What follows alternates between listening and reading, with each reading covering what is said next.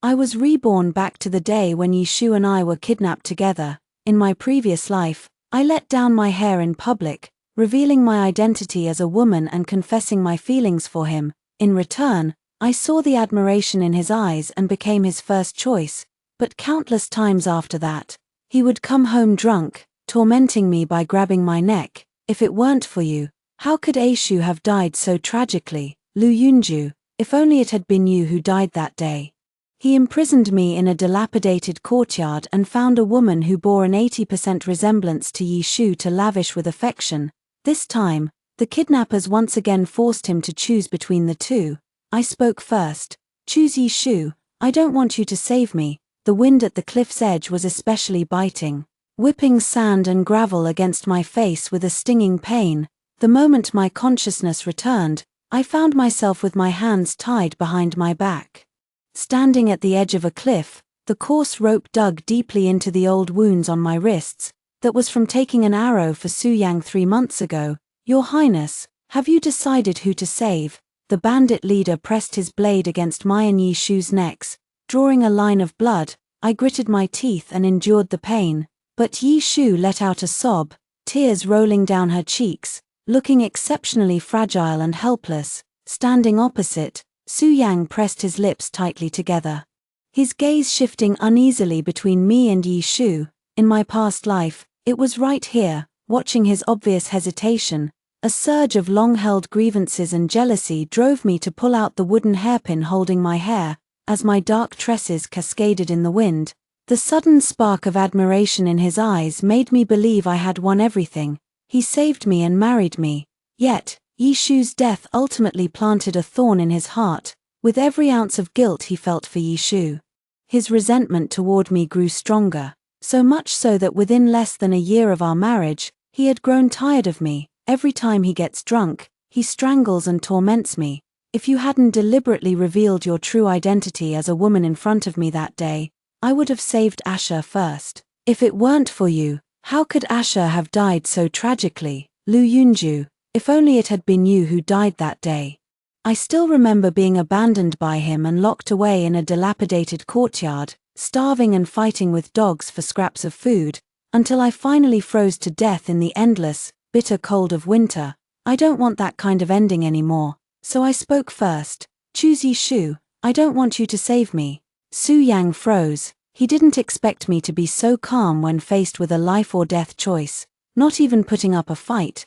Cousin, save me, I'm so scared. Hearing Yishu's plea for help, Su Yang finally stopped hesitating, gritted his teeth and said, "Let Aishu go." He looked at me, as if wanting to say something. In the end, he just held Yishu, who had thrown herself into his arms, even tighter. Then, surrounded by guards, he left step by step. Look, without the sudden disruption of my female identity, his true choice has always been Yishu.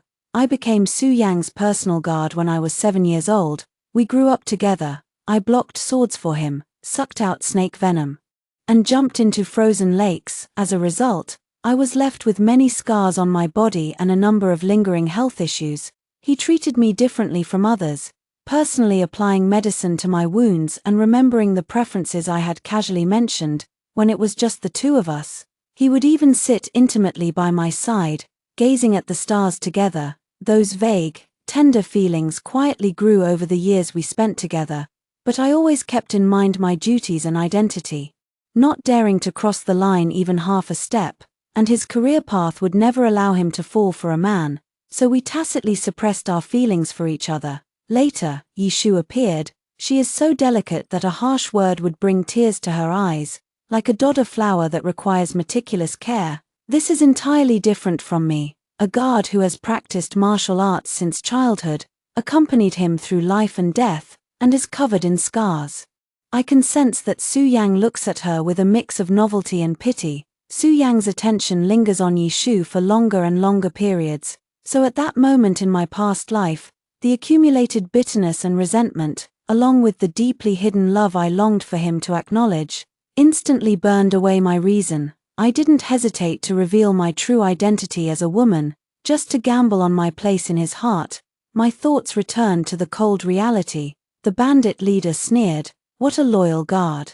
A pity, he gave a forceful push, and a sudden sense of weightlessness washed over him. Su Yang, in this life, I will not gamble anymore.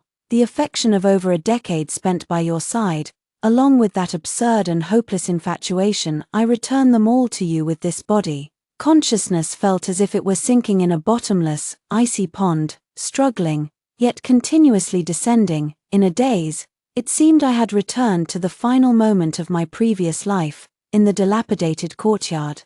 That bone-chilling snow was falling. Su Yang held a woman who looked exactly like Yi Shu, walking indifferently past my broken body without even sparing a glance.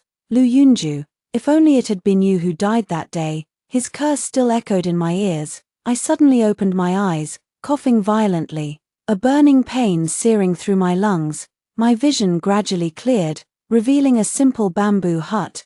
The furnishings were sparse, yet meticulously clean and free of dust. Sunlight streamed through the half-open bamboo window, warming my body. I was actually still alive. "You're awake," a voice tinged with a hint of childishness sounded. I followed the voice and saw a child of about 11 or 12 years old walking in, holding a bowl of medicinal brew, a look of pleasant surprise on his face. The young master's calculations were truly accurate. He said you should wake up today. "Where is this?" My voice came out hoarse and raspy. "This is the Cloud Deep Clinic. My master is the physician here." The young servant placed the medicine bowl on a nearby low table. "A month ago, my master went to the bottom of the cliff to search for rare medicinal herbs and found you. Seeing that you still had a faint breath, he brought you back. You are truly fortunate, falling from such a great height and getting caught in the thick vines on the cliff face. You managed to survive." I listened in a daze, realizing that I had been unconscious for a month. I was determined to die, to put an end to that absurd debt from my past life. Yet, heaven unexpectedly gave me another chance at life. "Thank you for saving my life." A strange, indescribable ache suddenly swelled in my chest. The young servant waved his hand dismissively. "My master is kind-hearted and skilled. He would never stand by and watch someone die. Please drink the medicine, it will help you recover." I took the medicine bowl as instructed, the bitter scent rushing into my nostrils, yet it made me feel incredibly real. I was alive, truly and genuinely alive, under the careful treatment of the miraculous Dr. Yu Ichu. My injuries healed quickly. He appeared to be only in his early 20s, with handsome features and a gentle, jade-like demeanor. If not for witnessing his composure and precision in applying acupuncture and medicine, which far exceeded his age, it would be hard to imagine he had already attained such masterful medical skills. After I recovered, I began helping Yu Ichu manage the herb garden and identify medicinal plants. Perhaps due to my martial arts training since childhood, I had an unusually keen sensitivity toward these herbs. In just over a month, I was already able to assist him in treating some simple ailments. Yu Ichu was quite delighted, saying, "You were born for this line of work." I lowered my head, grinding the medicinal herbs in my hand, and smiled faintly. Maybe, in my previous life, I lived for Su Yang, becoming his sharpest blade and his sturdiest shield. In this life, I only want to live for myself once. Yu Ichu did not hold back his knowledge. From identifying herbs to understanding their properties, from meridians and acupoints to pathology and medical principles, he patiently explained everything to me. This 7-leaf lotus is remarkably effective for stopping bleeding and dispersing blood stasis, but you must be careful with the dosage. Excessive use can obstruct the flow of qi and blood. I carefully noted it down and was even able to draw inferences. Then if it's paired with warm-natured sanqi, could it both enhance the therapeutic effect and neutralize its cold, stagnating properties? A glimmer of appreciative smile flashed in Yu Ichu's eyes. Miss Lu has a high level of understanding. The young apprentice Arju, who was pounding herbs nearby, pouted upon hearing this. "Young master used to only teach me." I couldn't help but chuckle, handing him a tray of freshly dried licorice nearby. "Arju, could you help me put this away? You always arrange things the most neatly." Arju brightened up again and ran off, carrying the medicine tray. Here, there were no schemes, no distinctions of status, no need to constantly be on guard against hidden dangers. This simple and pure life was something I had never experienced while by Su Yang's side. I was almost lost in the tranquility of this paradise-like haven. I thought I could truly leave behind the past and all its old dreams, until that day, when Arju returned from town after purchasing medicinal herbs. Chattering non-stop about everything he had seen and heard along the way, the town is buzzing with excitement. Everyone is talking about the upcoming wedding of the heir to the Marquis of Arnuen in the capital. He said while sorting the herbs, that Lady Yi Shu is truly blessed. The young master dotes on her and grants her every wish, treating her like the most precious treasure. My hand holding the medicine pestle paused almost imperceptibly. Arju didn't notice and continued sharing the gossip she'd heard. They say Miss Yi likes pearls from the South Sea.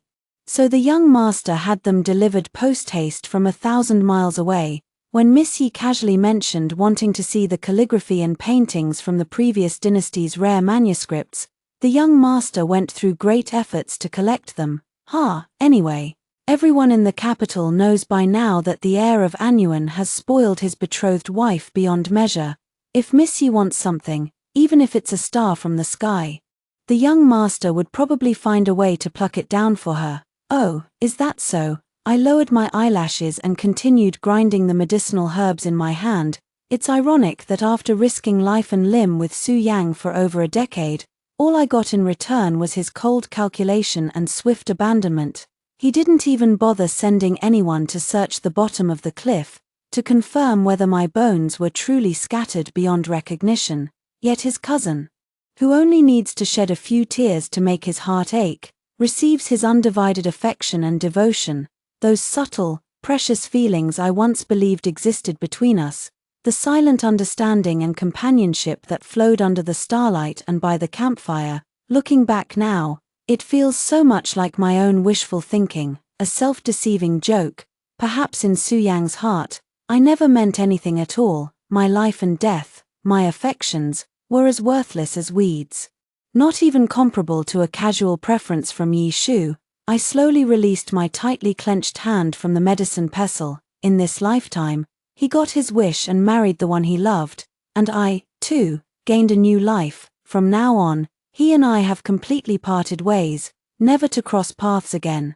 I carefully poured the ground medicinal powder into the porcelain jar and sealed it tightly. My movements were fluid, and my mind had settled into tranquility. The past was severed, and bygone days were like smoke. Time flowed quietly within the cloud-deep medical cottage. For the sake of convenience, I still dressed as a man, with my dark hair tied high and clad in simple, plain clothing, exuding an even greater sense of ease than in my previous life as a guard. Yu Ichu taught me medical skills with increasing dedication. Arju's initial slight jealousy had long since vanished under my constant gifts of wild trinkets and snacks. And he now affectionately called me Brother Yunju all day long. One afternoon, I was sorting freshly dried herbs in the courtyard. Several luxurious carriages unexpectedly stopped right outside the humble fence gate of the clinic, with attendants hurriedly escorting someone inside. That figure was etched into my very soul. It was Su Yang. In his arms, he held a pale-faced woman who was frowning and moaning. It was Yi Shu. Instinctively, I took half a step back. Hiding in the shadow of the corridor pillar, my heart tightened for a moment before settling into a deathly chill. What a small world. The attendant raised his voice and shouted, "Is Dr. Yu in? Our Su heir is here in person. Hurry up and come out to greet him." Su Yang, his face full of anxiety, said, "Do not be rude. Dr. Yu, my wife suddenly fell seriously ill, and even the imperial physicians in the capital are at a loss. I have come specifically to seek your help." Yu Ichu heard the commotion and walked out from the inner room, his expression calm and detached. "Bring her in," he said. Su Yang quickly carried Yi Shu into the consultation room. As he passed through the courtyard, his gaze inadvertently swept over me, standing in the shadows. Then it abruptly froze. His footsteps halted, his pupils suddenly contracted, and his face was filled with unbelievable shock. Yunju, his voice was hoarse, carrying a barely noticeable tremor. He handed Yi Shu over to the maid beside him and almost stumbled toward me, grabbing my wrist with a force so strong it was startling, as if afraid I were an illusion that would shatter at the slightest touch. "It's really you. You're not dead. you're alive." His words were incoherent, his eyes filled with undisguised ecstasy. That look of excitement, in the past, would have been enough to make me lose myself for a lifetime, mistakenly believing I was the treasure he cherished at the tip of his heart. Unfortunately, I knew I wasn't. I watched him expressionlessly, his slightly reddened eyes from agitation, his unrestrained behavior, and felt not a single ripple of emotion in my heart. It turns out that after the heart dies, even hatred becomes superfluous. "Young master," I said coldly, using force to break free from his grip. "You've mistaken me for someone else." Su Yang was taken aback, tightening his hold even more. "How could I possibly mistake you, Lu Yunju? I would recognize you even if you turned to ashes. Listen to me. That day I immediately sent people to search for you at the bottom of the cliff, but all they found were a few torn pieces of clothing and traces of blood. They all said you must have been taken by wild beasts. I thought you were dead." He eagerly explained, trying to seek my forgiveness from what he called his helpless circumstances. If it were before, hearing him speak like this might have swayed my heart, secretly rejoicing that he was not entirely heartless. But now, I only find it ironic. "I told you, you've mistaken me for someone else." My voice remained calm, carrying a distant politeness as I once again tried to brush his hand away. "Lord Su, you had, at some point, already come to stand by my side." His hand rested on Su Yang's wrist, applying slight pressure. Su Yang winced in pain and instinctively released me. Yu-Ichu smoothly stepped forward, subtly shielding me behind him. "This is my apprentice, not the heir's old acquaintance. The heir should focus on his wife's condition first." Su Yang looked at Yu-Ichu's protective stance toward me, then at my cold and distant expression, his face instantly darkening.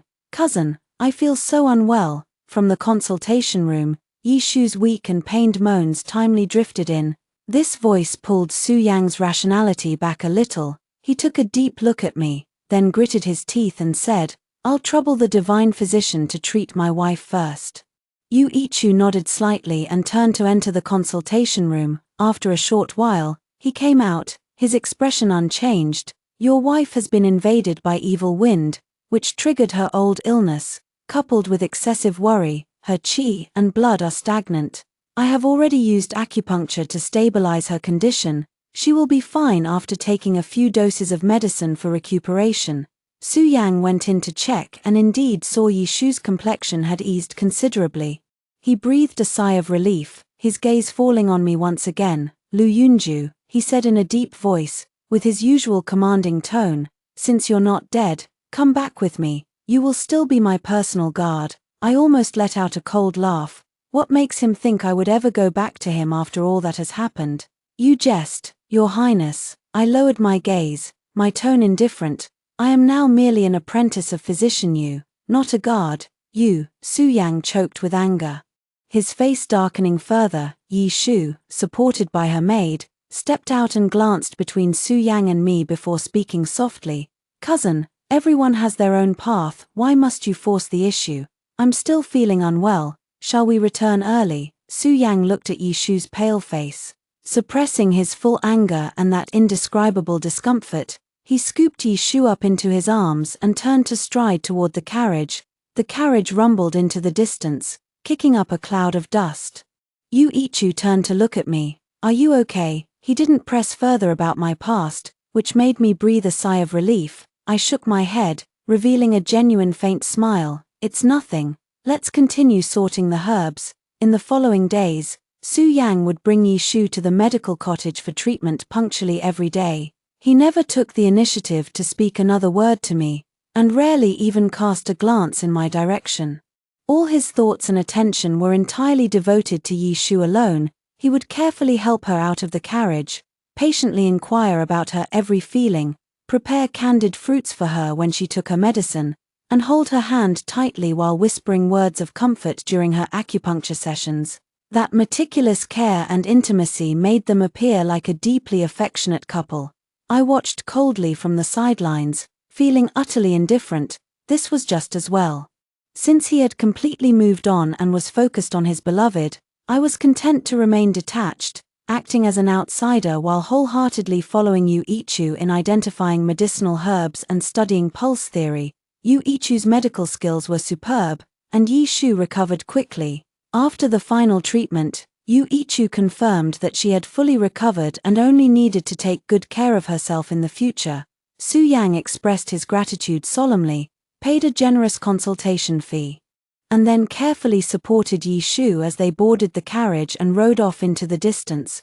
Watching the carriage disappear, I finally breathed a sigh of relief. However, I had ultimately underestimated Su Yang's persistence, or perhaps it was his unyielding desire for control. That afternoon, Yu Ichu went out to gather herbs, leaving only me and Zhu, who was drying medicinal herbs in the backyard. At the clinic, the sound of hoofbeats echoed once again outside the fence gate, and a group of guards in sturdy attire, each carrying a long sword at their waist, filed in one after another. In an instant, the small courtyard was packed to the brim. At the forefront stood Chen Feng, the captain of Su Yang's personal guard, Guard Lu. Chen Feng clasped his fists toward me, his tone still polite, but his posture carried an unyielding firmness. "The young master requests your return." My heart sank, but I kept my expression neutral. "I've already said. I am Physician Yu's apprentice, not some guard." Chen Feng's expression remained unchanged. "The young master has made it clear, if Guard Lu insists on refusing, we will have no choice but to take action and dismantle this clinic." I was furious, a surge of anger rushing straight to my head. He actually used this method to force me into submission. Just after using Yu Ichu to cure Yi Shu, he could turn around and do such a thing, burning bridges and bullying others with his power. I thought his indifference toward me these past days meant he had finally let go, that he had accepted my death as a given. I never expected he was waiting for me here. He never truly intended to let me go. Those days of focusing on Yi Shu were nothing but an illusion to lull me into a false sense of security. Perhaps it was also a test of my reaction. "Guard Lu, please do not make it difficult for your subordinate." Chen Feng stepped forward, his tone growing more serious. I looked at the group of well-trained guards before me, then glanced at this bamboo hut filled with the scent of medicine, a place that had given me new life and peace. Yu Ichu wasn't here, and Azhu was still just a child. I absolutely could not drag them into this, nor could I allow this sanctuary to be destroyed because of me. A fierce sense of humiliation and anger burned through my entire being, but I had no other choice. I took a deep breath, forcibly suppressing the turbulent emotions inside me, and waved to Azhu, who had run out at the sound and now stood there with a pale, frightened face. "Azhu, come here." Azhu timidly ran to my side. I crouched down, trying my best to keep my voice calm. "Azhu, don't be afraid. Your sister needs to go out for a while. When young Master Jiyu returns, tell him that I went to deal with some old matters. Let him not worry, and not look for me." Azhu nodded, not fully understanding, tears welling up in her eyes. I stood up and turned to Chen Feng, my gaze icy cold. "Let's go." The wheels rolled, heading toward the man I had once sworn undying loyalty to but now only wished to escape. It had been several days since I was brought back to the heir's residence. I was placed in a secluded side room, undisturbed, yet it felt like house arrest. I couldn't help but feel a deep sense of irony. In my past life, I had exhausted every effort to marry him, only to be rewarded with imprisonment and torment. In this life, I tried every possible way to stay away, yet he went to any lengths to tie me back to his side. "Su Yang, what exactly do you want?" That day, the weather was clear and fine, and a servant came to deliver a message, saying the young master wanted me to go to the mansion's entrance. I was suspicious, but I still went as instructed. Just as I reached the screen wall in front of the mansion, I heard Yi Shu's delicate, coquettish voice. "Cousin, I've been cooped up in the mansion for so many days, I'm almost bored to death. The weather is so lovely today, won't you take me out for a walk?" She clung to Su Yang's sleeve, gently swaying it as she spoke in a sweet, pleading tone. Su Yang had his back to me, so I couldn't see his expression, but I could hear his helpless yet doting reply. "All right, as you wish.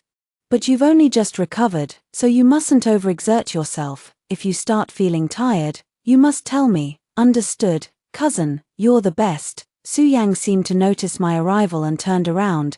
"You're here." His tone was calm. "Today I'm taking Aishu out for an outing. You will accompany us as protection. And you must ensure nothing goes wrong." I clenched my fists, feeling a strong urge to walk away on the spot. But then I remembered the ruthless threat he made that day about tearing down the Yunshan medical clinic, and the refusal that had risen to my lips was forced back down. "I cannot implicate you, Ichu." "Yes." I lowered my gaze, concealing all emotions in my eyes, leaving only a cold obedience. The carriage drove out of the city gate and arrived at a scenic lakeside in the outskirts of the capital. The spring scenery was beautiful, with willow branches swaying gently. It was indeed a good place to relax.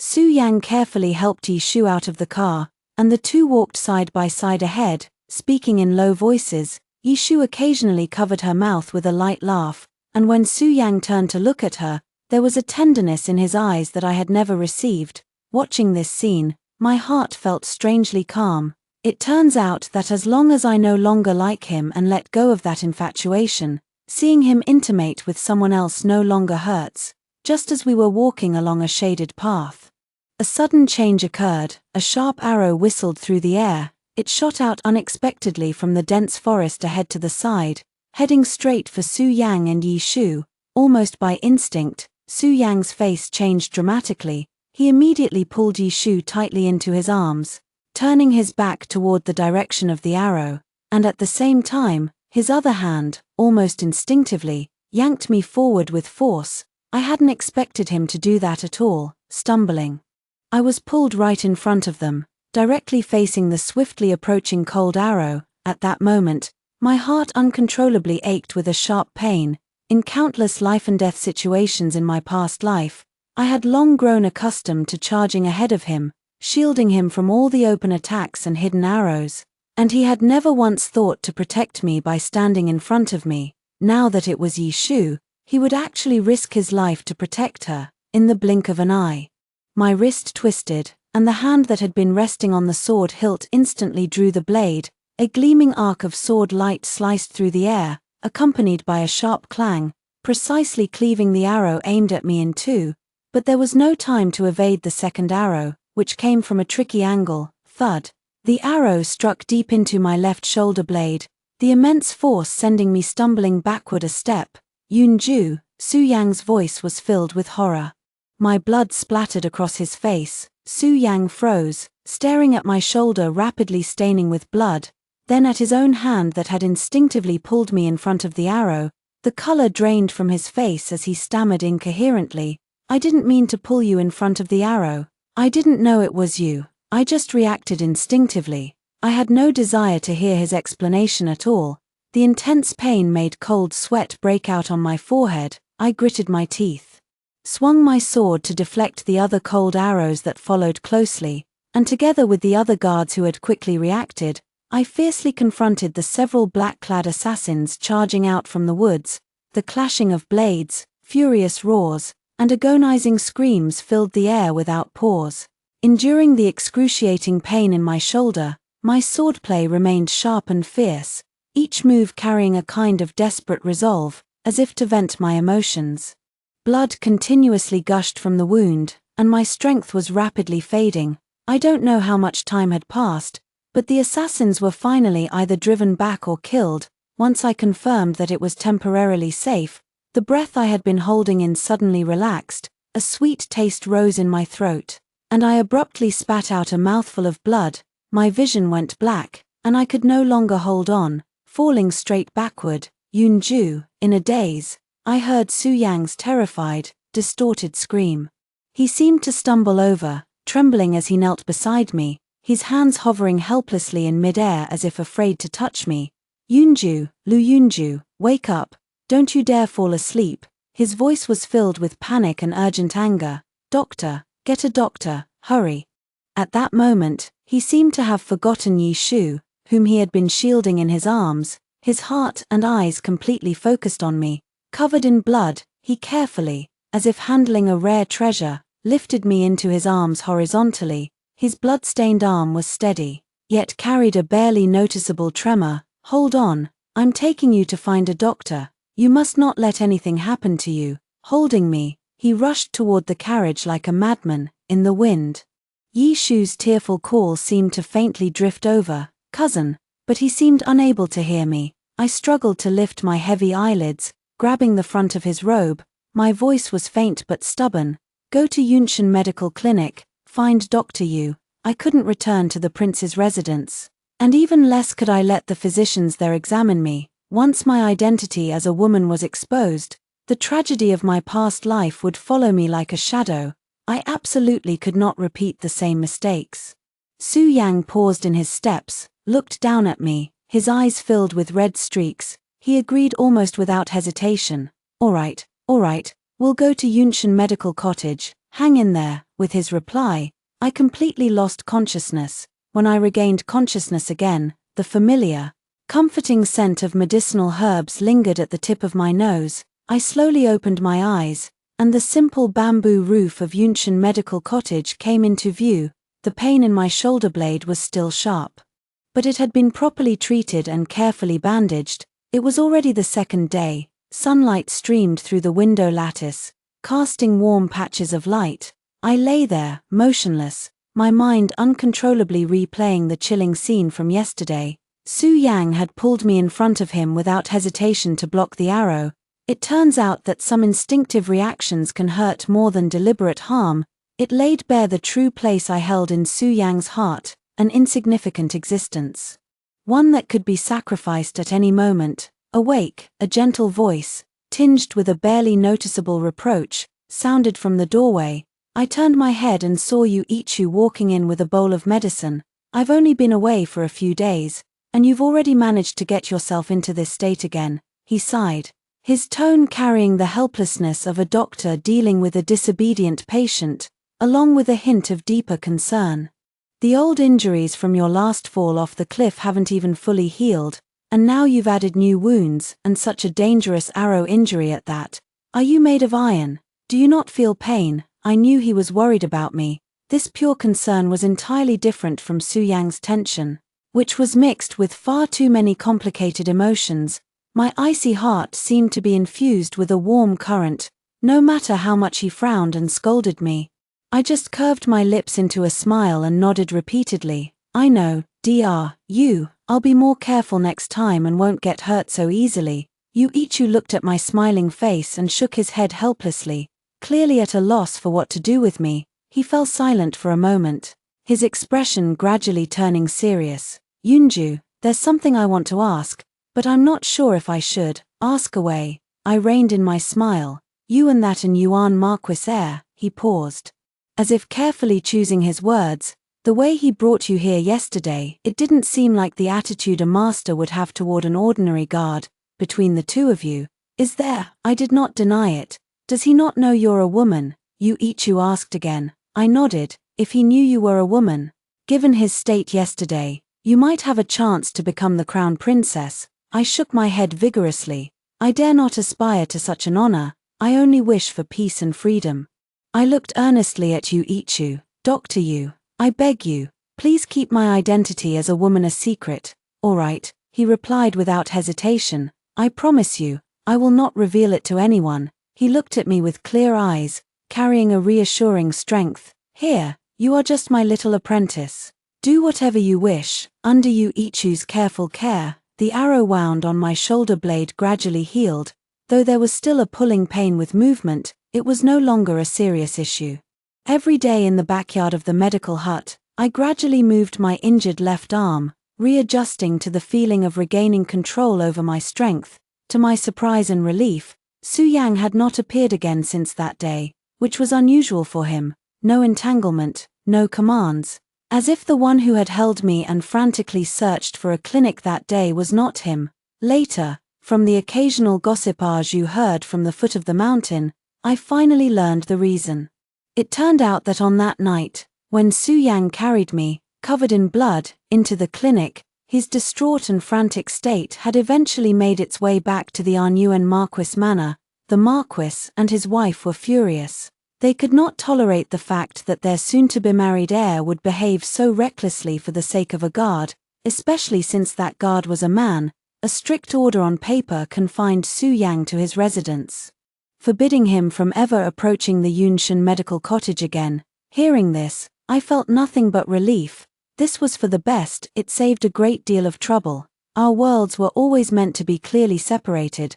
That day, I was carefully stretching my somewhat stiff left arm. Suddenly, the sound of footsteps, heavy with a suppressed aura, came from behind me. My body stiffened, and I almost instinctively wanted to turn around and avoid it. Yunju. Su Yang's voice carried a hint of hoarseness and exhaustion.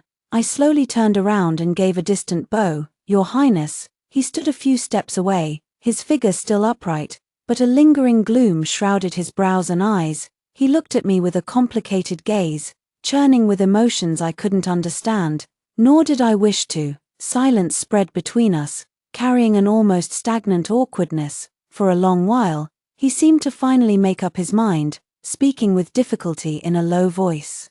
I came today to tell you something. I watched him quietly, saying nothing. He took a deep breath, his gaze fixed intently on me. The one I've truly loved all along is you. My heart gave a sharp pang, not from excitement, but from the sheer absurdity and irony of it all. Does he love me? If he truly loved me, why in our past life, after having me, did he torment me so recklessly? No, Su Yang loves no one. He only loves himself. When he couldn't have me, he thought I was special. Once he had me, I became a weed to be trampled at will. I curled my lips slightly. You jest, my lord. Su Yang seemed stung by my indifference. He took a step forward and hurriedly explained, it's true, that day at the cliff, I wanted to save you, but reason told me I had to sever this absurd attachment.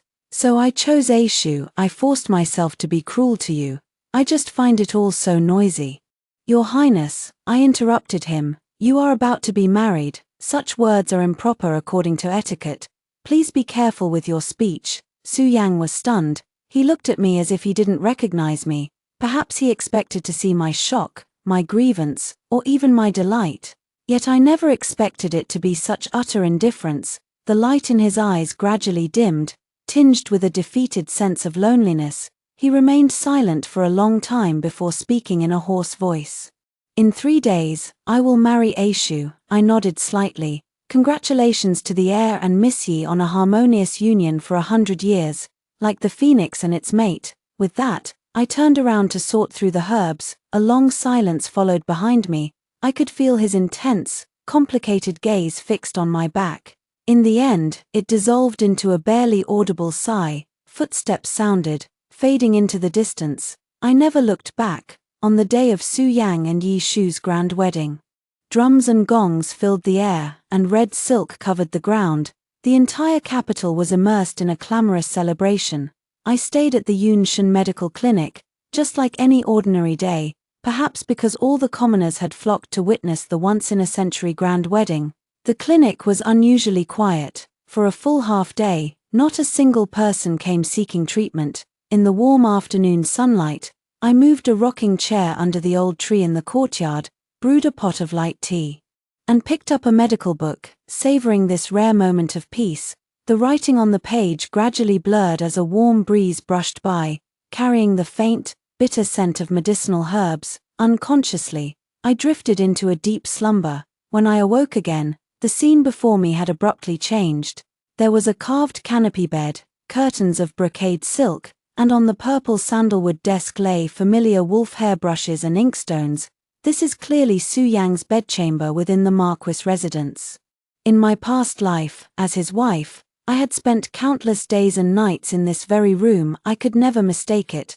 My heart sank abruptly, and I immediately sat up, warily scanning my surroundings. Awake, a voice heavy with the scent of alcohol came from the doorway. Su Yang, still clad in the unremoved crimson wedding attire, staggered in unsteadily. His eyes were hazy with drunkenness, yet they churned with an almost obsessive emotion. Step by step, he approached the bed, his gaze burning as it locked onto me. Yunju, can we go back to how we used to be? Today is the joyous day of the heir's wedding, I said coldly, my voice dripping with undisguised sarcasm. A moment of spring night is worth 1,000 pieces of gold. Instead of seeking out your bride, why have you resorted to such means to bring me here? What is the reasoning behind this? I stood up and distanced myself from him, my tone firm. Release me at once, otherwise. If word gets out that the heir of our Nguyen who forcibly abducted a man on his wedding night, I'm afraid you'll become the laughingstock of the entire capital." Upon hearing this, Su Yang not only did not retreat, but instead let out a low, soft laugh. The laughter carried a hint of reckless madness, a joke. "Since I can't have you, then I'll imprison you forever, make you see only me day and night, make you belong to me alone." As he spoke, he actually lunged toward me, trying to grab hold of me. I thought he had truly gone mad. While dodging sideways, she pushed him away with force. In the struggle, the simple wooden hairpin that held his topknot in place was knocked loose by his movements. It fell to the ground with a clatter. His long, dark hair cascaded down like a waterfall in an instant. Time seemed to freeze at that moment. Su Yang's movements stiffened, his drunkenness seemingly jolted away by the sudden turn of events. He stared wide-eyed, unable to believe the sight of my long, flowing hair. His throat seemed to tighten, his voice hoarse and distorted. You're actually a woman." After the immense shock, a wave of overwhelming fury and the pain of betrayal washed over him. He grabbed my shoulders abruptly, his eyes bloodshot as he demanded, "Why didn't you say anything? How could you be so cruel? I like you, I don't believe you couldn't tell, yet you kept it from me all this time. You just stood by and watched me suffer and suppress these forbidden feelings. Did you find it amusing to toy with me?" I met his furious and pained gaze, a cold smile curling at the corner of my lips. "Is that so, Su Yang? Let me ask you this, if I had revealed to you that day at the cliff that I was a woman, would you have chosen to save me?" Su Yang almost blurted out without a hint of hesitation, "Of course I would save you."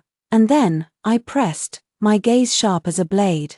"Then you would be overjoyed that I am a woman, you would treat me like a treasure you've finally found, you would marry me without a second thought, hold me in your arms, and confess the feelings you've suppressed all these years, saying how you've finally gotten what you wished for. Am I right?" Su Yang froze, seemingly stunned by how accurately I had predicted his possible reaction. I continued, my tone calm but carrying a bone-chilling coldness, "And then, in the countless days and nights to come, you would think again and again of Yi Shu, who died a tragic death because of your choice. That guilt would gnaw at your heart like a venomous snake, day after day, year after year, until eventually, all that guilt would turn into resentment toward me. You would think that if I hadn't deliberately revealed my identity as a woman to deceive you, Yi Shu wouldn't have died. You would completely despise me, torment me, and wish that it had been me who died back then." The anger and drunkenness on Su Yang's face vanished completely, replaced by a near-terrified pallor. He staggered back as if struck by lightning. How could you know about the dreams I once had?" I looked at his expression, as if he had seen a ghost, and felt nothing but cold desolation in my heart. "Su Yang," I spoke softly, my voice tinged with weariness and mockery, "that wasn't just your dream, it was a nightmare I lived through." Su Yang seemed to have all the strength drained from him. Standing dejectedly in place, he stared fixedly at me, his eyes filled with chaos and shock, along with an indescribable fear. The room fell silent, with only the occasional crackle of the red candles burning. After a long while, he abruptly turned around and rushed out of the room, his retreating figure exuding a sense of panic and disarray. I stood where I was, slowly raising my hand to smooth my disheveled long hair. The troubles and disputes of the capital city had finally become a thing of the past. After discussing with Yu Ichu, we decided to close the Yunshan clinic. This is not the end, but the beginning of another journey. We packed our bags, loaded the carriage with herbs and medical books, and set off on our journey as wandering physicians. Accompanied by our Zhu, whose little face was flushed with excitement, the carriage rumbled along, leaving behind the city that had trapped me through past and present lives. The mountain breeze brushed against our faces, carrying the free scent of grass, trees, and earth. Our Zhu leaned against the carriage window, watching the scenery recede continuously, her heart leaping with joy. But then, as if remembering something, she turned her head and asked curiously, "Young master, didn't you always say that one must settle in one place and immerse oneself in study to truly benefit the people? Why have you now taken a liking to wandering?" Yu Ichu was lowering his gaze, reading a medical book in his hand. Upon hearing this, he glanced subtly past me, then smiled faintly and said to Arju, "Reading 10,000 books must be paired with traveling 10,000 miles. Only by witnessing the different customs and sufferings of various places can one's medical skills truly advance." I understood in my heart, it wasn't that he had suddenly changed his temperament, he simply didn't want me to have any further entanglements with the capital or with Su Yang. He wanted to take me far away from that shadow, to give me a world of boundless possibilities. I met his gaze and offered a faint smile. No words were needed, our hearts already understood each other, heading south. The green mountains and clear waters gradually unfolded before us. We traveled intermittently, stopping to provide medical treatment in villages and distribute medicine in towns. Yu-Ichu, with his exceptional medical skills and compassionate heart, took the lead, while I assisted by his side, becoming increasingly adept at treating injuries and identifying medicinal herbs. Arju had truly become our little helper, bustling about with endless laughter. When we reached the south of the Yangtze River, it was already the season of misty rain. We stayed temporarily in a small town by the water, with its white walls and black tiles, small bridges and flowing streams, creating a unique sense of tranquility. One day, while resting at a tea shop in the town, I happened to overhear merchants at the next table discussing anecdotes from the capital. It was nothing more than the rise and fall of noble families, and among them, the son of the Marquis of Arnuen was mentioned. I heard that after marrying the young lady of the Yi family, the young master was not on good terms with her. Not long after, he actually divorced her on the grounds of failure to bear children. TSK, truly. But what's even more peculiar is that the young master later found a woman from somewhere, said to bear some resemblance in the eyes and brows to his former personal guard who had gone missing. He indulged in her charms all day. Utterly absurd, exactly. In the end, it's said he actually died right on that woman's bed. Sigh, he brought it upon himself. And what about the divorced Lady Yi? What else could be done? Her family found it shameful and were unwilling to take her in. It is said that, in utter despair, she went to the Shuiyu nunnery outside the city, where she now spends the rest of her days with the dim light of an ancient lamp and the company of Buddha. The murmurs were not loud, yet they clearly reached my ears. My hand holding the teacup remained as steady as a rock, my heart utterly calm, devoid of hatred, resentment, or even the slightest ripple of emotion. Su Yang's obsession and absurdity, Yishu's dependence and final outcome, it all felt like listening to a story from a playbook.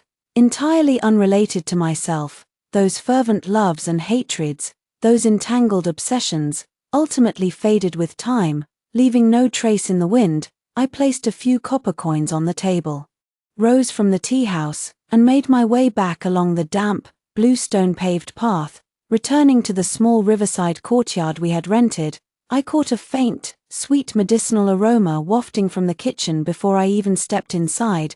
Pushing open the loosely closed bamboo gate, I saw the warm glow from the stove illuminating Yu-Ichu's handsome, focused profile.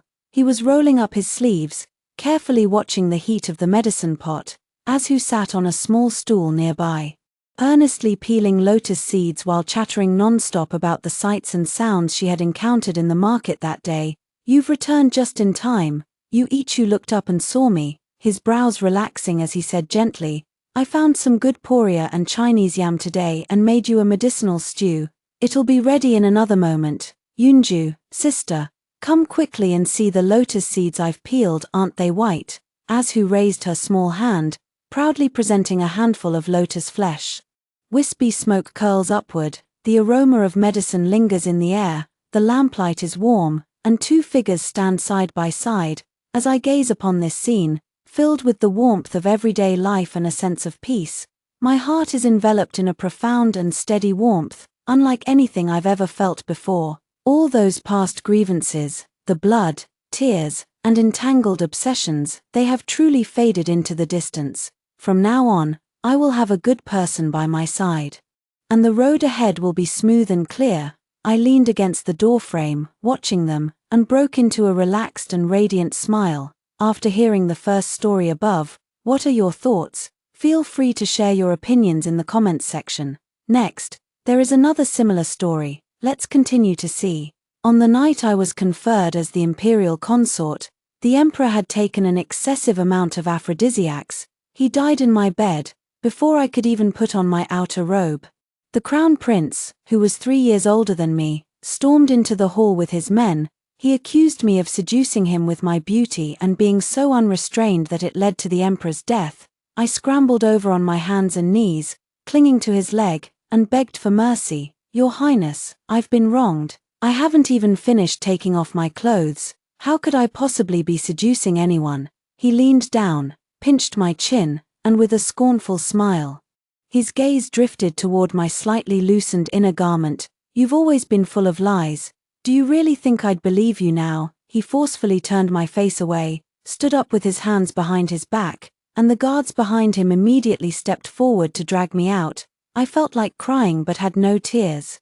Although I possess beauty, I truly did not seduce the emperor. It was he who pulled me in. I never expected him to be so useless. If he had to die, why drag me down with him?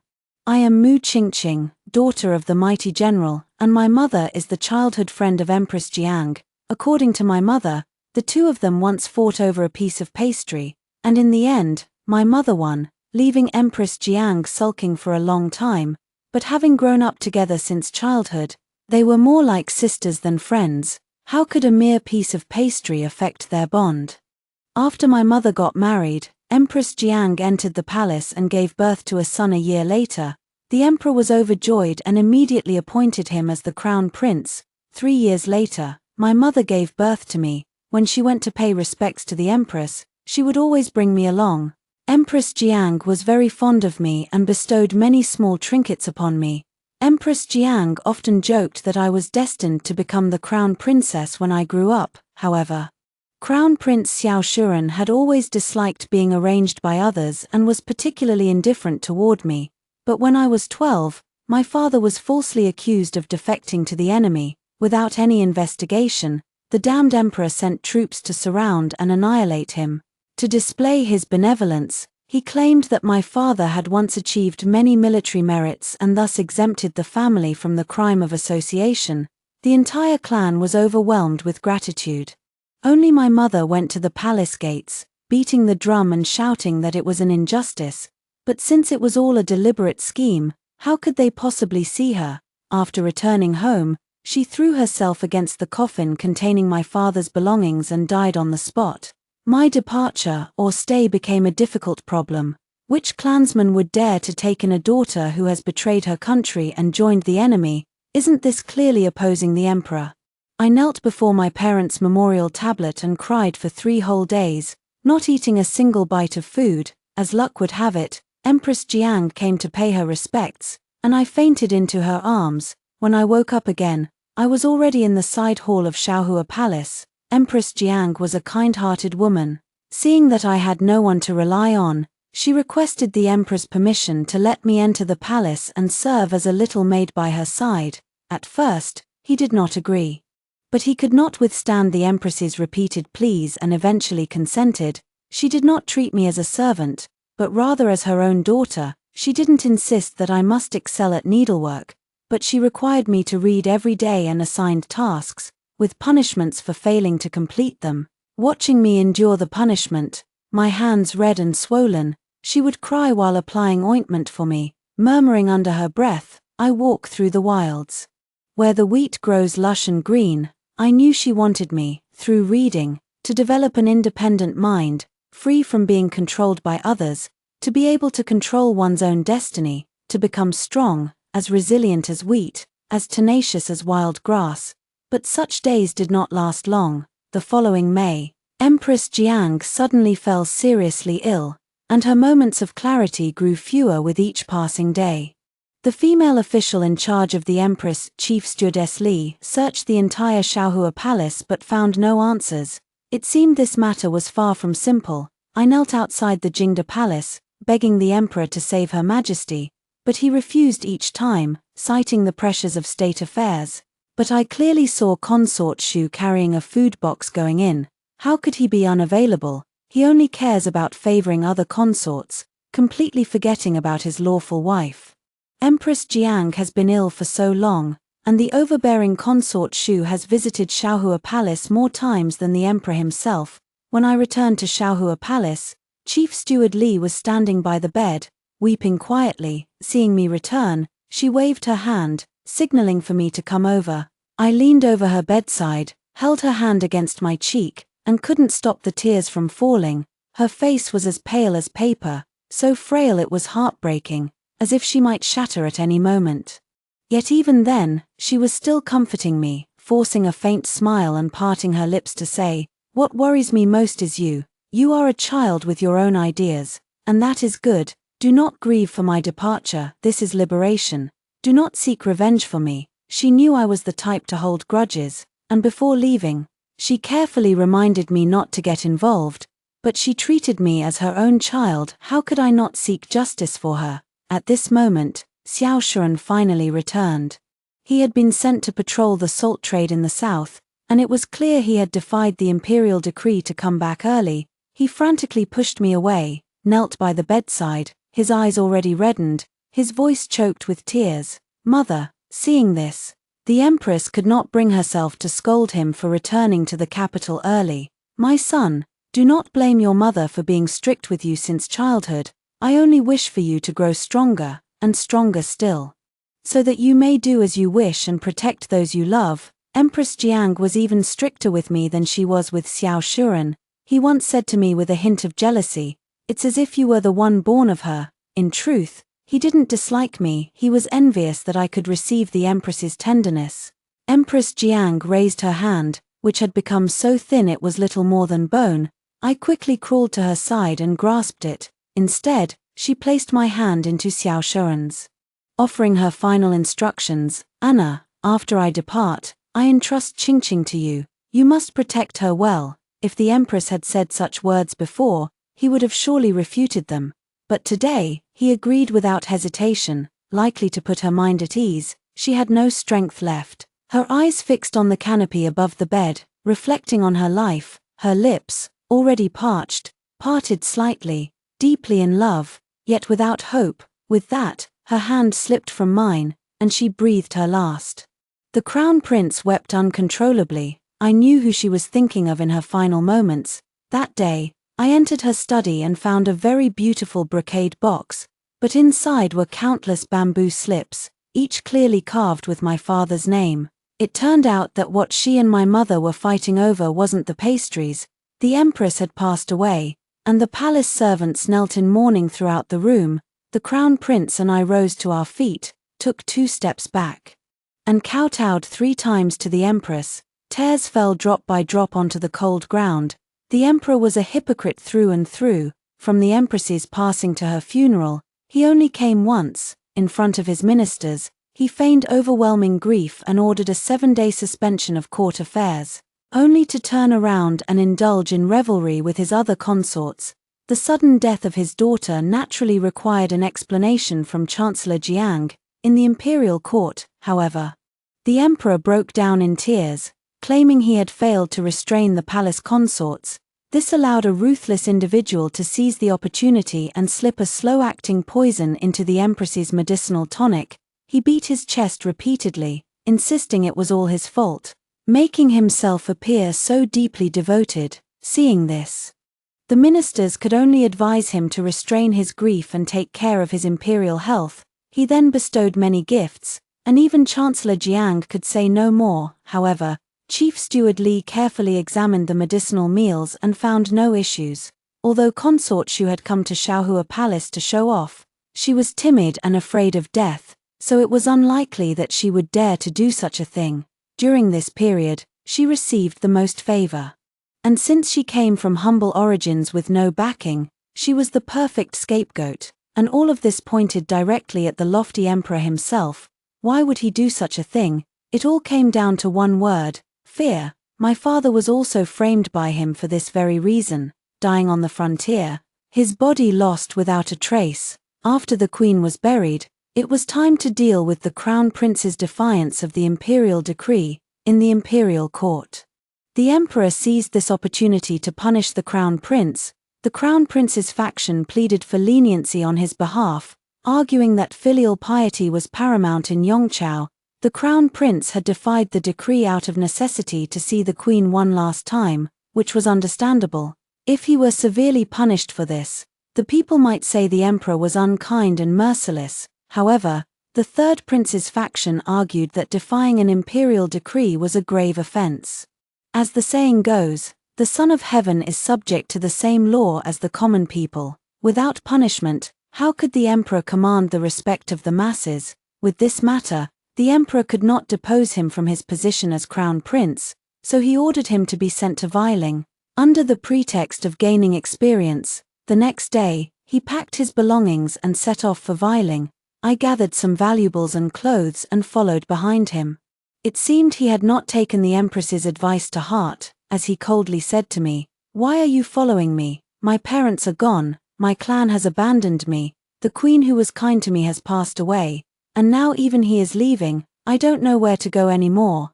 I lowered my head and looked at the delicate cloud-patterned shoes on my feet, the ones the queen had personally made for me. Perhaps seeing me with no one to rely on, lonely and pitiful, he finally agreed to take me along, overjoyed. I stood on my tiptoes and planted a kiss on his cheek. His face instantly flushed red, and he scolded me for being shameless. But I've always been like this. Although he appears aloof and reserved, he is especially sparing with his words when it comes to me. But I know he likes me, knowing that I'm afraid of the dark. He once caught thousands of fireflies and released them in my bedroom on my birthday. Once, when I accidentally scalded myself with boiling water, I hid away to avoid worrying the empress, crying as I blew on the reddened area. He was the first to find me, bringing the finest burn ointment to apply, which prevented any scars from forming. We had just left Kyoto when the carriage suddenly came to a halt. He lifted me down with one arm and handed me over to a kind-looking couple, instructing them to take good care of me. The couple were strangers to me, and besides, the silver he gave them was too little, not enough to get by on. He leaped onto his horse, cracked his whip, and rode away. I broke free from the woman's grasp and chased after him, crying out, "Your Highness, why are you abandoning Qingqing too? Qingqing has no one but you." My foot, however, failed me. I stumbled and twisted it, falling heavily to the ground with a pained cry. He was still concerned about me. After all, he turned back, reined in his horse, and leaped down from the saddle. He picked me up from the ground where I was curled in pain. The sudden lift made me instinctively wrap my arms tightly around his neck. His brow was furrowed, yet his eyes revealed a deep concern. "Why must you suffer like this?" I understood his kindness. The path ahead was fraught with danger, and he did not want me to get hurt, but if I'm not by his side, I can't personally avenge them. In the end, he took me with him. This training journey was truly fraught with danger. We encountered 5 or 6 groups of assassins along the way. There was no need to guess, it was clear these people were sent by the emperor and consort Li. The emperor had caused the death of the empress, and naturally, it was the crown prince's turn next. Consort Li, the mother of the third prince, was also paving the way for her son. Fortunately, Chancellor Jiang, concerned for the crown prince's safety, had sent elite assassins of the highest caliber. They finally reached their destination, although the crown prince had made mistakes. He had not been deposed and was ultimately to return to the capital. The county magistrate personally greeted them at the city gate and arranged their accommodations. However, Weiling was not a prosperous area. The land was insufficient for the people, and the most common cases handled by the government office were fights and brawls. As the saying goes, the mountains are high, and the emperor is far away. Most of the commoners were unruly and difficult to govern, yet the residence they were provided was excessively luxurious, even comparable to the Eastern Palace. I thought the crown prince would politely decline, but unexpectedly, he resolutely accepted and even gave a considerable amount of silver. The county magistrate left happily. Today, I stood for too long, and my feet began to ache. I couldn't help but say, "Your Highness, my legs hurt." Although his expression remained as cold as ever, he still scooped me up in his arms. "You're so delicate." Back in the room, he massaged me for a long while. After he left, I immediately gathered all the valuable items in my room and quietly took them out of the residence to pawn. Seeing that even the magistrate's regular clothes had patches, he definitely couldn't have afforded to buy this mansion on his own. There must be someone backing him, and these things must never be kept. When I returned, I saw Xiao Shuren in my room. I'm done for, he's been discovered, and he hates being deceived the most. He sat expressionless at the desk and said in a deep voice, "You were just complaining about your leg hurting, and now you can suddenly walk. Actually, I didn't injure any bones or tendons. I've been fine for a while now." I limped toward him on my left leg, but his frown deepened, and his voice grew even lower. "Little liar, you injured your right leg." He stood up to leave, and I reached out to grab his sleeve, never expecting a crisp snap from my ankle. "Damn, it's really broken this time." He was truly angry. He called a doctor for me but didn't come to see me for several days. He only sent a maid to attend to me, named Chunliu. It was already half a month later when I could barely walk. Chunliu helped me out of the room for a walk, only to find the entire residence empty, with only 1 or 2 servants left in the courtyard. "Where is His Highness?" Replying to the young lady, "His Highness has gone to distribute porridge." I breathed a sigh of relief, glad that he hadn't abandoned me and run off. This year, the border region received very little rain, and the crops yielded almost no harvest, just as I had thought. He sold off all the valuable items and exchanged them for rice from the south. He began setting up shelters in the eastern part of the city to distribute porridge.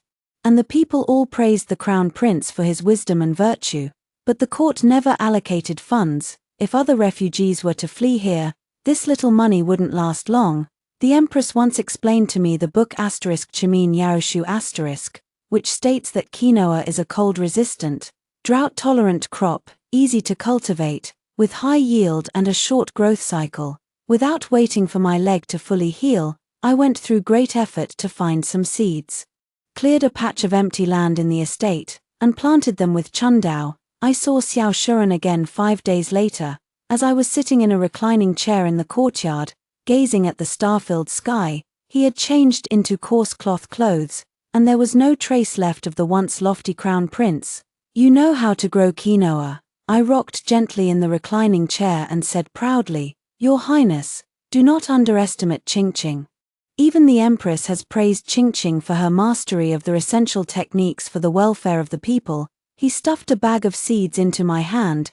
"There is a plot of land in the northern part of the city, and it would be a waste to leave it unused. I entrust the task of planting quinoa to Qingqing. Xu Jiao will assist you." He actually entrusted such an important matter to me. I stood up in pleasant surprise, only to stumble slightly on my foot. Fortunately, he held me steady. Letting me sit on his lap, he cupped his hands and blew warm breath into them, then gently massaged my ankle. Once his hands had warmed up, I wrapped my arms around his neck and pressed my lips to his cheek. I secretly smiled to myself. Even after kissing him so many times, I still couldn't help but blush. These days, we've been busy farming during the day and dealing with assassins at night, just trying to survive. This isn't training, it's a trial by fire, fortunately, with Xiao Shuren's help. The once filthy and chaotic Viling has undergone a great transformation, and incidents of fighting and brawling have also decreased significantly.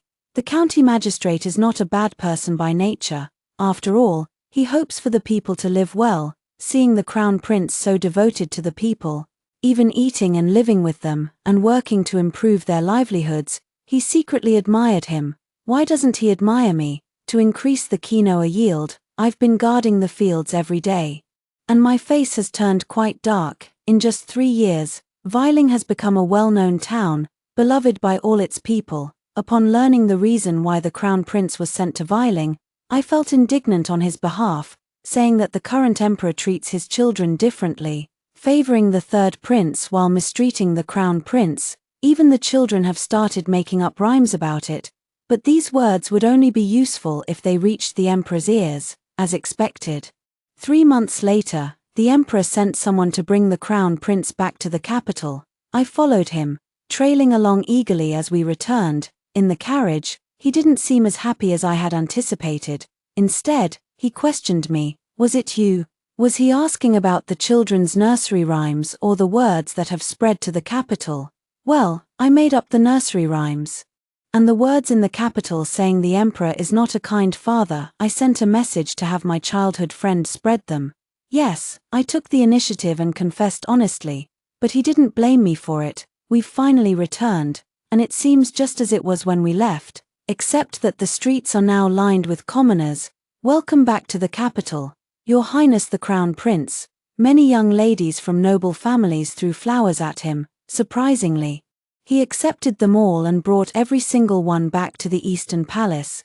The scent of the flowers made me so dizzy that I took the opportunity while he was meeting with the emperor to throw them all away. It had been a long time since the father and son last saw each other, so the emperor must have had much to say to him. He did not return to the Eastern Palace until evening. In my hand was an imperial decree, and out of curiosity, I snatched it to take a look. It was a marriage decree, granting the second legitimate daughter of Minister Li Nanchu, to be the crown princess, in other words, the niece of consort Li. What a clever move, pitting the crown prince and the third prince's factions against each other, while also proving that the emperor is not biased toward either side. Xiao Shuren suddenly embraced me, his tone softer than ever before. My love, please be patient a little longer. I will marry you. This was the first time he had said such words to me. I had thought he only regarded it as the empress's jest, never expecting he had kept it in his heart all along. The imperial edict fell to the ground, my hands slowly crept up his back, and a faint, sorrowful smile touched the corners of my lips. Very well, my love will wait for your highness. At the emperor's birthday banquet, that was the first time I saw Li Nanchu. She was like a blooming peony, her every movement exuding grace and elegance. Yet I was merely the daughter of a disgraced official, outwardly serving as Xiao Shuren's personal maid. How could I ever compare to her? Xiao Shuren called my name several times before I snapped back to reality. Holding the congratulatory gift, I knelt on the ground and respectfully presented it. The eunuch in charge accepted it. The freesia hairpin on my head caught the emperor's attention. You are Mu Qingqing. This freesia hairpin was bestowed upon you by the empress. I lowered my head even further and replied, Your Majesty, that is correct. As one grows old, one tends to reminisce about the past. He remained silent for a long while before signaling for me to lift my head. Although the harsh conditions in Viling had taken a toll on my skin, the Crown Prince found me the finest restorative cream upon my return to the capital, and my complexion recovered even better than before. I slowly lifted my head, a trace of fear evident in my eyes. You've grown into a young lady now, and your features are becoming more and more like the Empress's. Unknowingly, it has already been 3 years since the Empress left me. As he spoke, he covered his face, wiping away tears, pretending to be deeply nostalgic, utterly disgusting.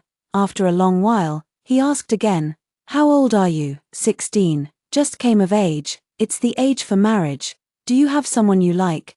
Does he really enjoy playing matchmaker? Before I could respond, Xiao Shuren stepped forward and knelt before the hall, pleading, Father, I have long admired Qingqing and boldly request your permission to grant me marriage, to take Mu Qingqing as my liangdi.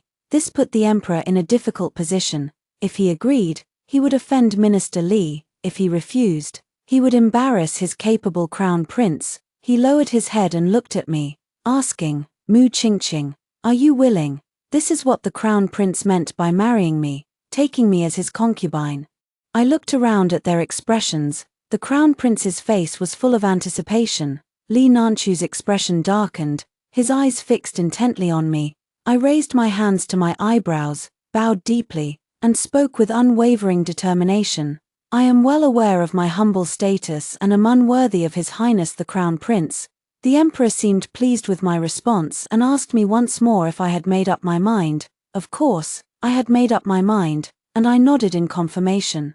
After returning to the Eastern Palace, he pulled me all the way back to the inner hall. The palace attendants, having never seen the Crown Prince in such a state, all stepped aside to avoid us. He closed the door, cornered me against the wall, pinned my hands above my head, and looked at me with eyes full of disappointment. What, are you feeling wronged by marrying me? I blinked, the corners of my lips lifting. I refuse to be a concubine, I will only be a wife.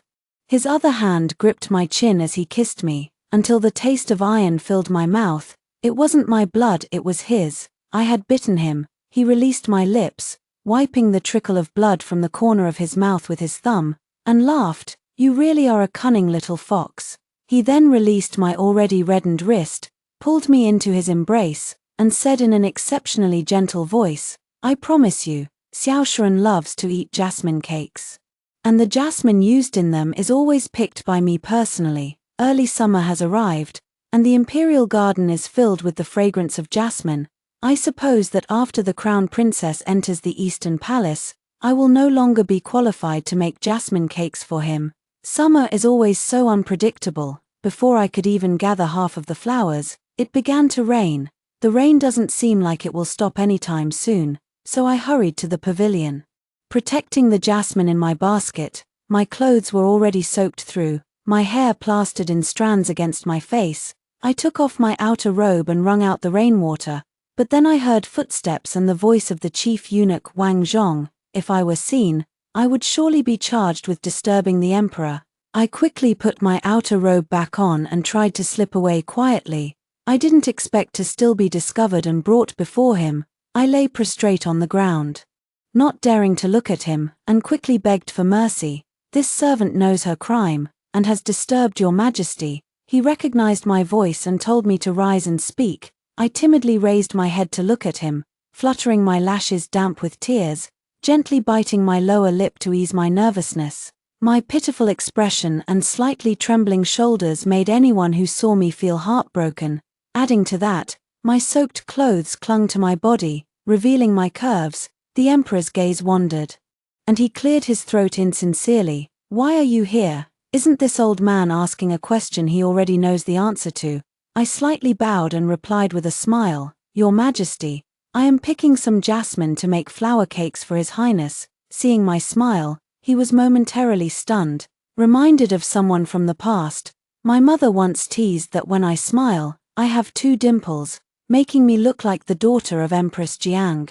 He signaled to Wang Zhong to hand me the cloak he was holding, but I quickly declined, yet he personally draped it over my shoulders, and as he tied the strings, he spoke words of concern. Don't catch a cold. If you fall ill, the Empress will surely be heartbroken. Men are just like that.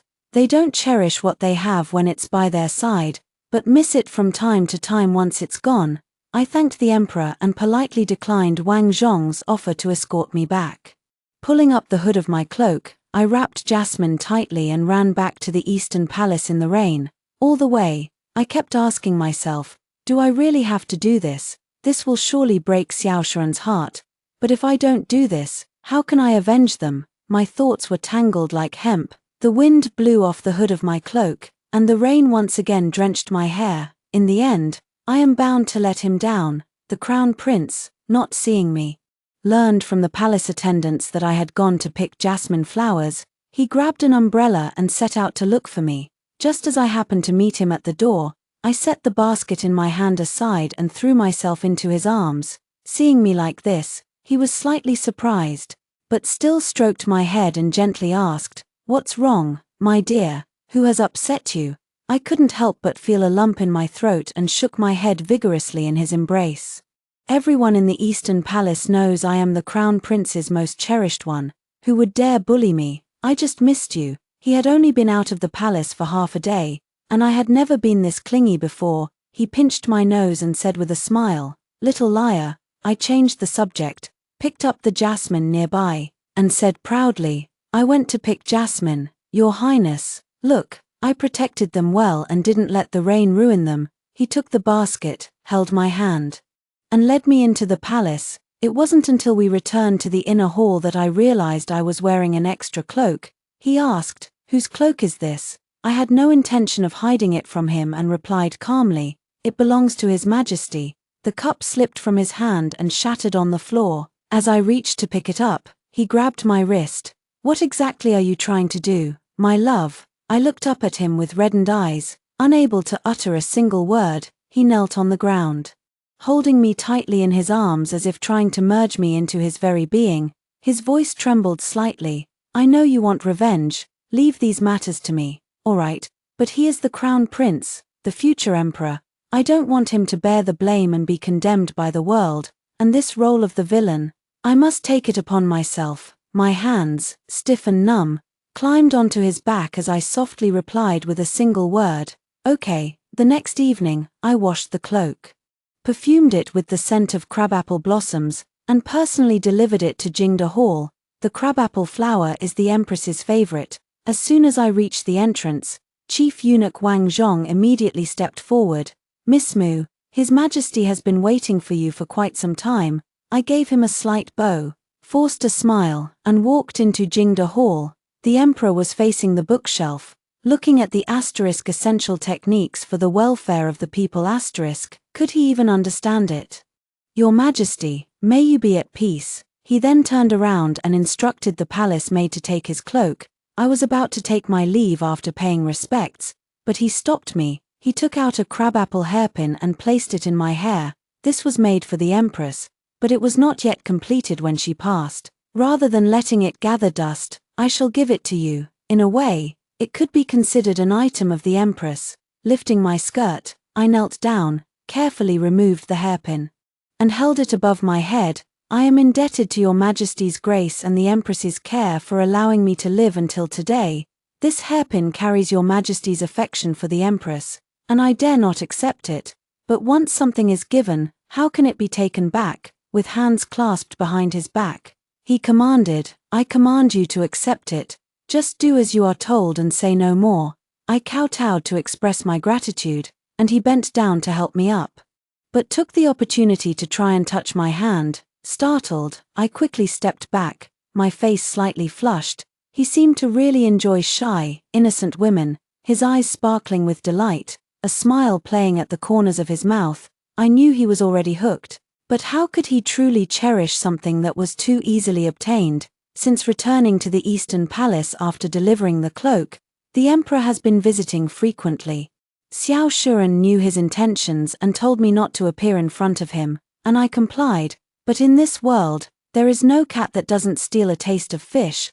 There are no jasmine flowers in the Eastern Palace. If we planted some jasmine in the open space, we wouldn't have to go to the Imperial Garden to pick them in the summer. I got some plants from the gardener and was planting them myself. Suddenly, the Emperor's voice came from behind. "You're planting jasmine specifically for him. It seems you do care about the Crown Prince. Then why won't you agree to become his Liangdi?" I hurried over, knelt down, and suppressed the curve of my lips. "I am only grateful to the Crown Prince and have no romantic feelings for him. Moreover, I am of lowly status and know I am unworthy of him." The tension in his brow eased slightly as he bent down to help me up.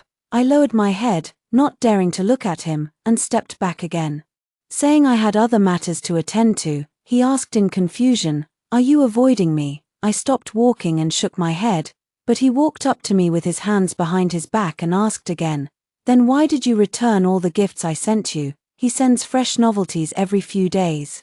But I return them before Eunuch Wang Zhong can even deliver them to the Eastern Palace. If the Crown Prince were to find out, it would be disastrous. I lifted my head, looked directly into his eyes, and said with a serious expression, "I know I am fortunate to bear some resemblance to Her Majesty the Empress, which is why Your Majesty favors me, but I do not like such favor." Hearing this, he raised an eyebrow slightly and no longer concealed his smile. "So that's why you've been avoiding me." I averted my gaze, gently bit my lower lip, and twisted my sleeves with both hands. "I don't know why, but every time I see Your Majesty, my heart feels all tangled up." He strode forward, boldly wrapped his arm around my waist, and whispered in my ear, "My darling, you are flustered because you have feelings for me. How narcissistic." I stopped struggling, leaned my head against his chest, and pouted, "I am not the Empress's substitute, I am Mu Qingqing." He tightened his arms with satisfaction and said sincerely, "You are different from the Empress. Qing'e suits my heart better." My expression turned cold as I smiled mockingly. The feeling of secrecy was indeed different. Since then, he would often meet me in secret, as if he had fallen in love with the feeling. But in the end, it was a relationship without a name, something that could not see the light of day. A sudden internal conflict broke out in the north, seemingly fierce and aggressive, claiming the lives of many common people. The Crown Prince volunteered to go and quell the rebellion, and the Emperor approved. He was to set off the next day, the night before he left. I made him many jasmine cakes and urged him to take good care of himself. He said with a smile, "I'll be back in about a month, my dear, don't worry." I threw myself into his arms, held his waist tightly, and my nose tingled with emotion. "You must be safe." He wiped the tears from the corner of my eye, looked at me gently, and then gave a faint smile. "All right." On the day he set off, I stood on the city wall for a long time. The wind was so strong that day, I never expected my body to be so weak. I fell ill as soon as I returned. After Xiao Shuren left, the emperor seemed to no longer bother hiding it. Upon learning that I was ill, he openly brought the imperial physician into the Eastern Palace. Rumors began to spread throughout the palace, claiming that the reason I rejected the crown prince was because I wanted to become his mother. Relying on my slight resemblance to Empress Jiang, I dared to entertain such wild fantasies. I don't care how harsh their words are. I only hope the commotion grows bigger and bigger. After taking medicine for many days without any improvement, he came to see me again after court and personally fed me the medicine. "Your Majesty, please don't come to see this servant anymore in the future." Cough cough. My face was deathly pale, and I looked at him with tear-filled eyes. He patted my back to soothe me, his tone tinged with self-reproach. "It was my fault for letting you suffer from gossip and rumors. Don't worry. I have already issued an edict appointing you as noble consort. You will be the most honored woman in the inner palace. Let's see who would dare speak ill of my Chinga." I never expected him to directly appoint me as noble consort. Since ancient times, no palace maid had ever been directly elevated to such a high rank. Indeed, when a man loves you, he would gladly give you his very heart. I looked at him in disbelief, shaking my head repeatedly. "What virtue or ability do I, a humble servant, possess?" He set down the medicine bowl, gently held me close in his arms, and whispered softly, "My dear, you deserve the finest things in this world. Do not call yourself a servant anymore." Soon after, the decree to appoint me as a consort was issued, and I moved to Jiaohua Palace, second only to the Empress's Xiaohua Palace. Below the platform, Consort Li's face was tense, her eyes sharp as blades, fixed intently on me. She was already advanced in years, her beauty long faded, and life had been difficult for her in recent years. She had placed all her hopes on her son. Unfortunately, the third prince was a disappointment, knowing only how to indulge in food, drink, and pleasure. After the crown prince returned, he gradually stripped the third prince's faction of their power, making them no longer a threat. But the emperor, now past his 50s, had ruined his health in his earlier years and now relies solely on medication. In that case, I must add something extra for you, to make His Majesty feel even more ecstatic. While I was bathing in the hall, Chun Liu came in to report that the emperor had taken twice his usual dose of aphrodisiac. Smiling, I dabbed on the ylang ylang perfume. "The fragrance is truly enchanting. My figure is full and voluptuous. I don't need those sheer, flimsy garments to captivate him." Barefoot, I slowly approach him, my fingers gliding over the emperor's neck, tracing the line of his Adam's apple downward. Just as he reaches to grasp my hand, I pull it back, lift the hem of my skirt, and dart behind the crimson pillar. The sound of bells on my ankles and my clear, crisp laughter echo through Jiaohua Palace. This game of playing hard to get works perfectly on him. He calls out "beloved consort," and rushes toward me. Suddenly, my feet left the ground as he lifted me and placed me on the bed, leaning over me, the scent of ylang ylang reaching its peak. His eyes were already dazed as he grabbed my restless hands. Suddenly, his expression twisted in pain, and he collapsed on top of me, with trembling hands. I reached to check his breathing. Feeling no breath, I pushed him away in disgust. At that moment, the palace doors burst open. It was the crown prince who had returned. He stood with his back to the light, his sword dripping with blood, his voice barely containing his fury. "Mu Qingqing." The guards behind him surrounded me, and I truly felt a bit panicked. I scrambled over on my hands and knees, clinging to his leg, begging for mercy. "Your Highness, this is a misunderstanding. I haven't even finished taking off my clothes. How could I possibly be seducing anyone?" He leaned down, pinched my chin, and with a scornful smile, His gaze drifted toward my slightly loosened inner garment. "You've always been full of lies. Do you really think I would believe you now, Lady Mu-Ching, for indulging His Majesty in the private use of secret medicine, leading to his death? Guards, take her away. I will personally oversee the trial." He forcefully turned my face away, stood up with his hands behind his back, and the guards behind him immediately stepped forward to drag me out. I was imprisoned, and along with me were members of the Third Prince's faction, including Li Nanchu. It turned out there was no rebellion in the north at all. It was all a ruse to lure the Third Prince into making a move, and on the day of the imperial consort's ceremony, the crowd was chaotic and disorderly, making it the perfect opportunity. Unexpectedly, the Crown Prince returned under the pretense of protecting the Emperor. The next morning, I was escorted to the interrogation room. He was already seated in the Grand Master's chair, wearing a black dragon robe with subtle patterns. His voice cold. I never knew Ching had such nerve. I knelt directly on the floor, tilting my head to look at him. "Hasn't Your Highness always known that I am someone who never forgets a grievance?" He stood up and walked toward me, pinching my face as he said, "Do you really not trust me this much?" How could I not trust him? The scheme he set up to go suppress the rebellion was all for the sake of revenge, and to marry me. Facing his questioning, I forced myself to remain calm. Staring straight at him, my tone turning firm, "Your Highness is right. The late Emperor was your father.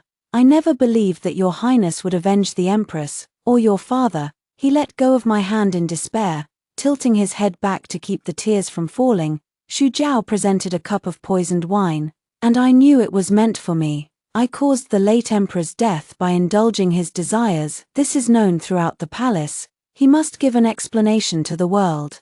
Executing me is the best choice, but I still have one wish: to crawl to his feet, clutch the hem of his robe, and plead, 'Your Majesty, I beg you to clear my father's name.'" He didn't want to look at me and turned his head away. I knew he would agree, and without the slightest hesitation, he drank that cup of poisoned wine. This wine was truly awful, making my heart ache, and I lost consciousness instantly. Am I not dead? Where is this place? It looks so much like Jingda Palace. She put on her shoes and ran out of the bedchamber. Chun Liu set down the meal she was holding and chased after her. She draped a cloak over me, saying, "Be careful not to catch a cold." I looked at her in confusion. "Your Majesty, the Empress," she said with a smile. "His Majesty has already decreed to confer you the title of Empress. You were gravely ill, so the grand ceremony has not yet taken place. Wasn't I sentenced to death? How did I become the Empress instead?" I was just about to go find him and ask for an explanation when I bumped right into him at the corner. Xiao Shuren scooped me up by the waist and carried me back to the inner chamber. He set me down on the lounge chair, already knowing what I wanted to ask. "I told you I would marry you. You now have a new identity, Zhong Wanging, niece of Grand Tutor Zhong. He has never broken his promise to me and has arranged everything for me. My dear, rest assured. I have already sent someone to investigate General Mu's case, and his innocence will soon be restored." I stared at him in a daze. "Your Majesty, do you not hate me? After all, it was I who caused the death of the late Emperor." He held my hand and said with a smile, "I don't hate you. The late Emperor married Empress Jiang to consolidate his throne, but as the voices supporting the Crown Prince grew louder, he began to feel threatened. While in Viling, assassins were sent every now and then, with the intention of supporting the weak Third Prince. Back then, my father's case was successfully overturned, and his remains were found at the border. Finally, his soul returned to his homeland, and he was buried together with my mother. Empress, father, mother, Ching has avenged you. May you rest in peace." The imperial wedding of the Emperor and Empress was an exceptionally grand affair. Holding my hand, he led me step by step to the highest position, where we received the homage of all the court officials. After finally completing the elaborate ceremonies, I sat on the bridal bed, waiting for him to lift my veil. I could feel the trembling of his hands. I hooked my arm around his neck and pulled him down, so he fell on top of me. I boldly planted a kiss on his cheek, and he still blushed. But on the wedding night, there's no need for so much shyness. In the bridal chamber, the candlelight flickered through the bed curtains, casting a seductive glow. He exclaimed, You're a first-timer. It was already painful, but hearing those words, I couldn't hold back any longer, my nails scratching his back. Xiao Shuren, you bastard. He actually thought I had lost my purity, but the late emperor was impotent. After hearing the two stories above, what are your thoughts? Feel free to share your opinions in the comments section. Looking forward to hearing from you. If you liked this story, don't forget to like it, share it, and subscribe to my channel. See you next time.